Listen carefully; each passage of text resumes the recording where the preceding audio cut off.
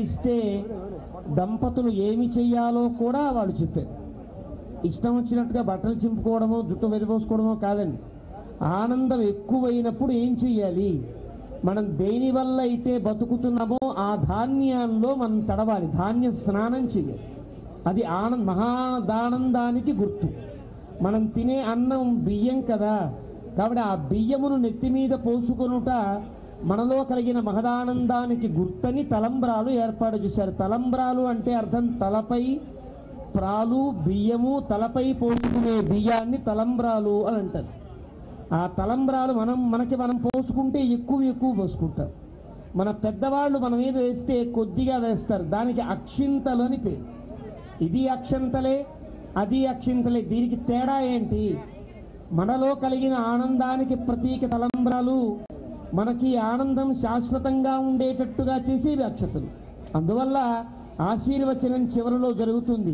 మన పెద్దలు తల్లిదండ్రులు లేదా మనకంటే ఉన్న తాత అమ్మమ్మలో నాయనమ్మలో మనకంటే గురువులో ఆచార్యులో పెద్దలో వారికి తలంబ్రాలనిచ్చి వారి చేతుల మీదుగా 2 అక్షతలను శిరస్సు మీద జల్లుకోవడం అనేది తెలుగువారి సంప్రదాయమే కాదు, వైదికమైన సంప్రదాయం, భరత జాతి యొక్క సంప్రదాయం. దీనికి ఆశీర్వచనం అని పేరు. అలాంటి ఆశీర్వచనం పూర్తయింది. ఆశీర్వచనం అంటే అందరూ బాగుండాలి అని ఆశీర్వచనం. మనకి ఇతర సంప్రదాయముల కంటే ఇతర దేశముల వారి కంటే మన దేశంలో ఉండేటువంటి సంప్రదాయం ఉండే గొప్పతనం నేనొక్కటి బాగుపడాలని చెప్పాలా మన శాస్త్రం సంప్రదాయం ఏదైనా. మా కశ్చిత్ దుఃఖ భాగ్ భవేత్ సర్వేత్ర సుఖినః సంతు సర్వే సంతు నిరామయాః.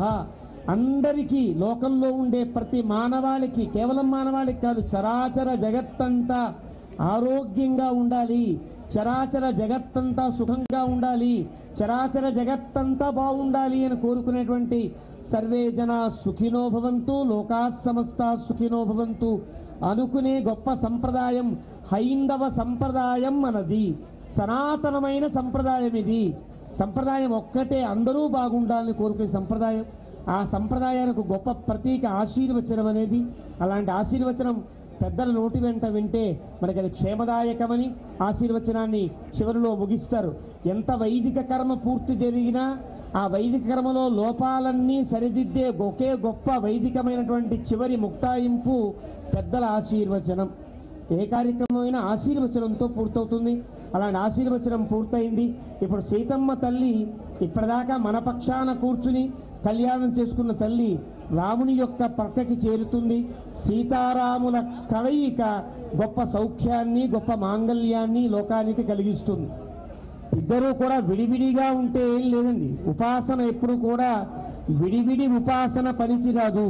సీతమ్మ తల్లిని విడిగా పూజించేయడం అదే నాకు రాముడు అక్కర్లేదండి, మేము స్త్రీవాదం వ్యక్తులం, నాకు సీతమ్మ తల్లి చాలు అనుకోవడం తప్పే.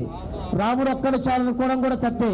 సీతారాముడు ఇద్దరినీ కలిపి ఆరాధించడమే నిఖిల ఉపాసీత అని ఉపనిషద్ వాక్యానికి ఉండేటువంటి సాఫల్య సిద్ధి. వారిద్దరు పక్క పక్కన కూర్చున్నప్పుడు ఉండే తేజస్సు ఇంత అంతా కాదని ఎవరు చెప్పారు తెలిసిన? మారీచుడు చెబుతాడు. తమాషా, మారీచుడు దగ్గరికి పెడతాడు రావణాసురుడు.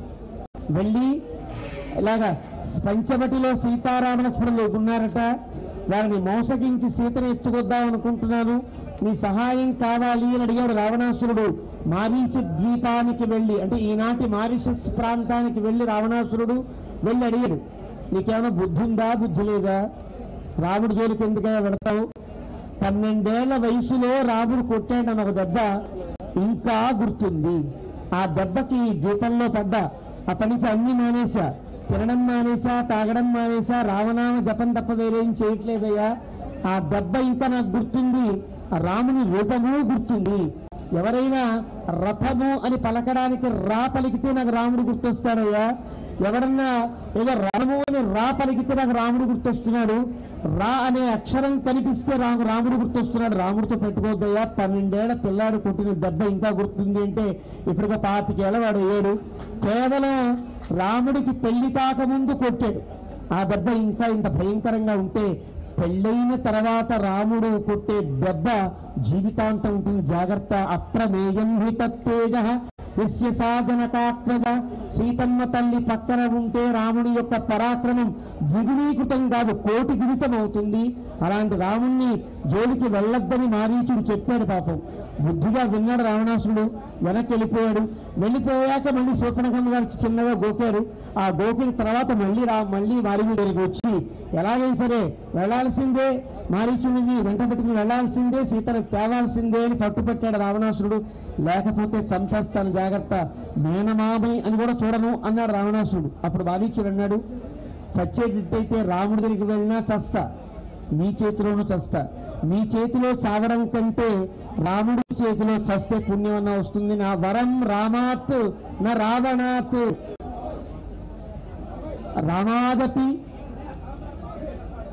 మర్తవ్యం మర్తవ్యం రావణాదపి, రాఘవాదపి మర్తవ్యం మర్తవ్యం రావణాదపి, ఉభయోరపి మర్తవ్యే వరం రామాత్ న రావణాత్ అని మనసులో సంకల్పించుకుని చావడం ఖాయమైనప్పుడు రాముని యొక్క అందమైనటువంటి బాణాయి యొక్క కొస తగిలి చనిపోవడమే పరమార్థం అనుకుని మారీచుడు బయలుదేరాడని వాల్మీకి చెప్పాడు. కారణం సీతారాములు కలిసి ఉన్నప్పుడు ఉండేటువంటి ఆ గొప్ప అద్భుతమైనటువంటి ఆ సౌందర్యం. ఆ సీతమ్మ తల్లి రామచంద్ర ప్రభు దగ్గర కూర్చుంటే చూడాలి, వారిద్దరికీ మంగళహారతిని చూడాలి, అప్పుడు కదా కళ్యాణం పూర్తవుతుంది. కళ్యాణం అంటే తలంబ్రాలు కాగానే లేవడం కాదండి. సీతారాములకు మంగళహారతిని ఇచ్చినప్పుడు ఆ ఇద్దరి దంపతుల్ని ఆ మంగళహారతికి కాంతిలో చూస్తే అది మనకు వెలుగునిస్తుంది, అదే మనకు జ్యోతిష్యునిస్తుంది. తమసోమా సద్గమయ అన్నట్లుగా తమస్సు నుంచి మనకు సద్గతికి వైపు నడిపించేటువంటి అద్భుతమైనటువంటి ఆ దృశ్యం సీతారాముల కళ్యాణ మంగళాశాసనాన్ని చూచి లేవాలి. అందరికీ తలంబ్రాలు అందేటట్లుగా దేవస్థానం వారు అన్ని ఏర్పాట్లు చేశారు. ఎవరెవరు ఎక్కడెక్కడ వారు ఎక్కువ మంది సమకూరే ప్రదేశాలు, ఆలయాల ప్రాంతాల్లో, బస్టాండుల్లో, బస్సుల్లో కూడా, బస్సుల్లో ఎక్కిన వాళ్ళకు కూడా తలంబ్రాలు అందించేటట్టుగా గొప్ప వ్యవస్థ ఉన్నది. తలంబ్రాల కోసం ఎవ్వరు కూడా ఇబ్బంది పడద్దు. సుమారు 100 టన్నుల బస్తాల తలంబ్రాలు దేవస్థానం కలిపింది, అందరికీ ఇవ్వడానికే కలిపింది. తలంబ్రాలు అందరికీ అందాలి, మళ్ళీ ఏడాది దాకా వాళ్ళ దగ్గర తలంబ్రాలు ఉండాలి, మళ్ళీ తలంబ్రాల కోసం భద్రాచలం రావాలి సత్సంకల్పంతో వారందరూ కళ్యాణ మహోత్సవంలో పాల్గొని తరించాలనేటువంటి సంకల్పానికి సాంకేతికంగా తలంబ్రాలు అందరికీ అందించబడతాయి.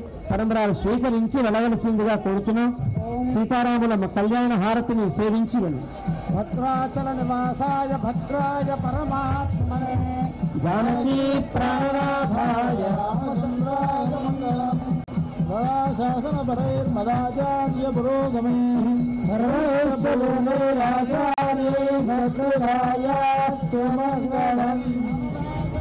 గోవింద గోవింద.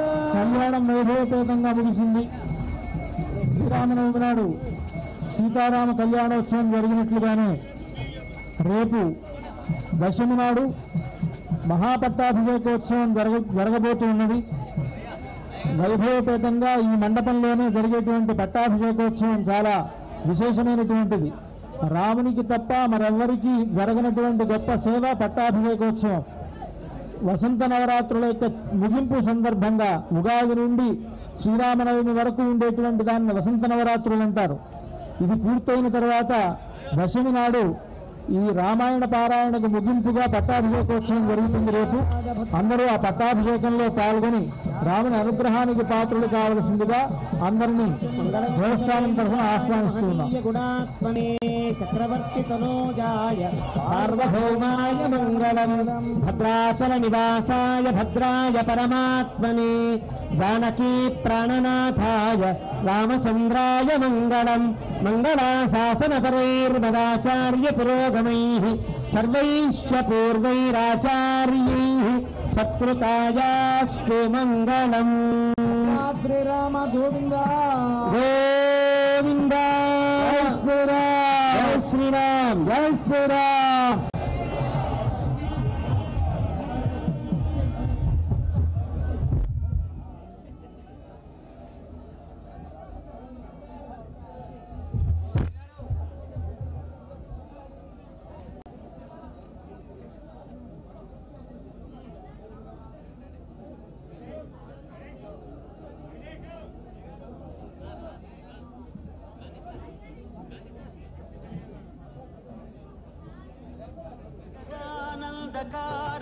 जय जानकी प्राणनायक शुभ स्वागत ప్రియ పరిపాలక జగదానందకారక జయ జానకి ప్రాణనాయక శుభ స్వాగతం ప్రియ పరిపాలక మంగళకరమౌ నీరాక ధర్మానికి వేదికౌగాక మా జీవనమేక పావనమౌగాక నీ పాలన శ్రీకరమౌగాక సుఖ శాంతులు సంపదలిడుగాక నీ రాజ్యము ప్రేమ సుధామయమౌగాక జగదానందకారక జయ జానకి ప్రాణనాయక శుభ స్వాగతం ప్రియ పరిపాలక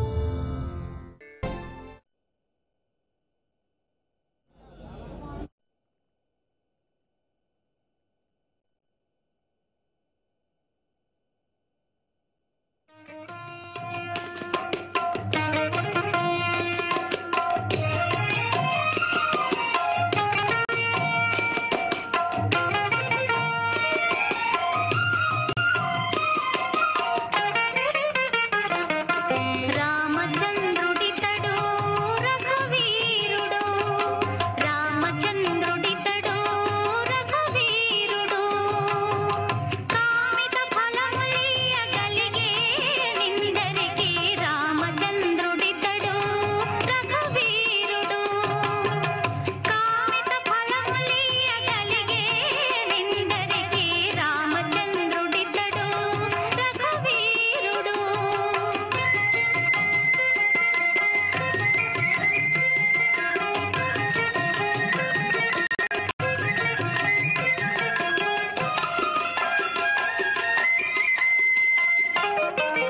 గౌతమ భార్య పాలిటి కామధేనువితడు ఘాతల కౌశికు పాలి కల్పవృక్షము గౌతమ భార్య పాలిటి కామధేనువితడు ఘాతల కౌశికు పాలి కల్పవృక్షము సీతాదేవి పాలిటి చింతామణి ఇతడు సీతాదేవి పాలిటి చింతామణి ఇతడు ఈతడు దాసుల పాలి ఇహ పరదైవము రామచంద్రుడితడు రఘువీరుడు కామిత ఫలములియగలిగే నిందరికి రామచంద్రుడితడు రఘువీరుడు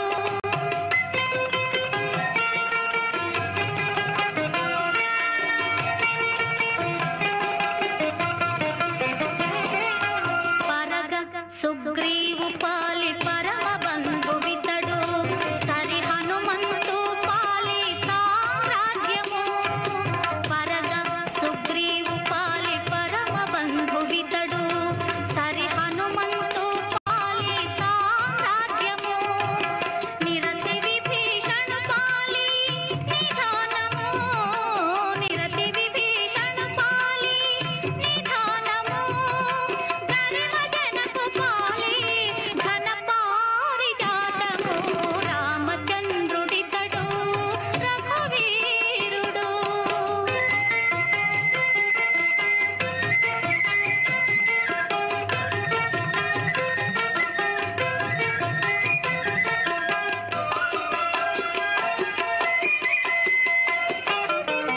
తలప శబరి పాలి తత్వపు రహస్యము అలరి గుహుని పాలి ఆది మూలము తలప శబరి పాలి తత్వపు రహస్యము అలరి గుహుని పాలి ఆది మూలము కలడన్న వారి పాలి కన్నులెదుటి మూరితి కలడన్న వారి పాలి కన్నులెదుటి మూరితి వెలయ శ్రీ వెంకటాద్రి విభుడీతడు రామచంద్రుడితడు రఘువీరుడు కామిత ఫలములియగలిగే నిందరికి రామచంద్రుడితడు రఘువీరుడు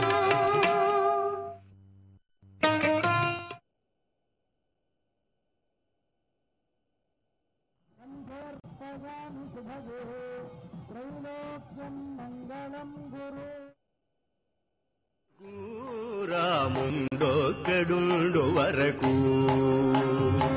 తక్కువేమి మనకు రాముండొక్కడుండు వరకు ప్రకతోడుగా భగవంతుడు మన చక్రధారి అయి చెంతనయుండగా ప్రకతోడుగా భగవంతుడు మన చక్రధారి అయి చెంతనయుండగా తక్కువేమి మనకు రాముండొక్కడుండు వరకు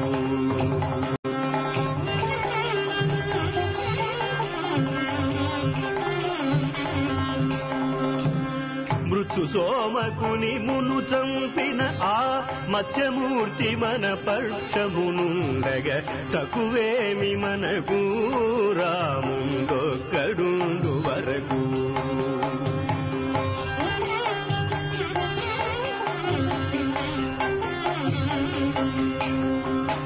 భూమి స్వర్గమును పొందుగా గొలిచిన వామనుండు మనవాడయుండగా భూమి స్వర్గమును పొందుగా గొలిచిన వామనుండు మనవాడయుండగా తక్కువేమి మనకు రాముడొక్కడుండు వరకు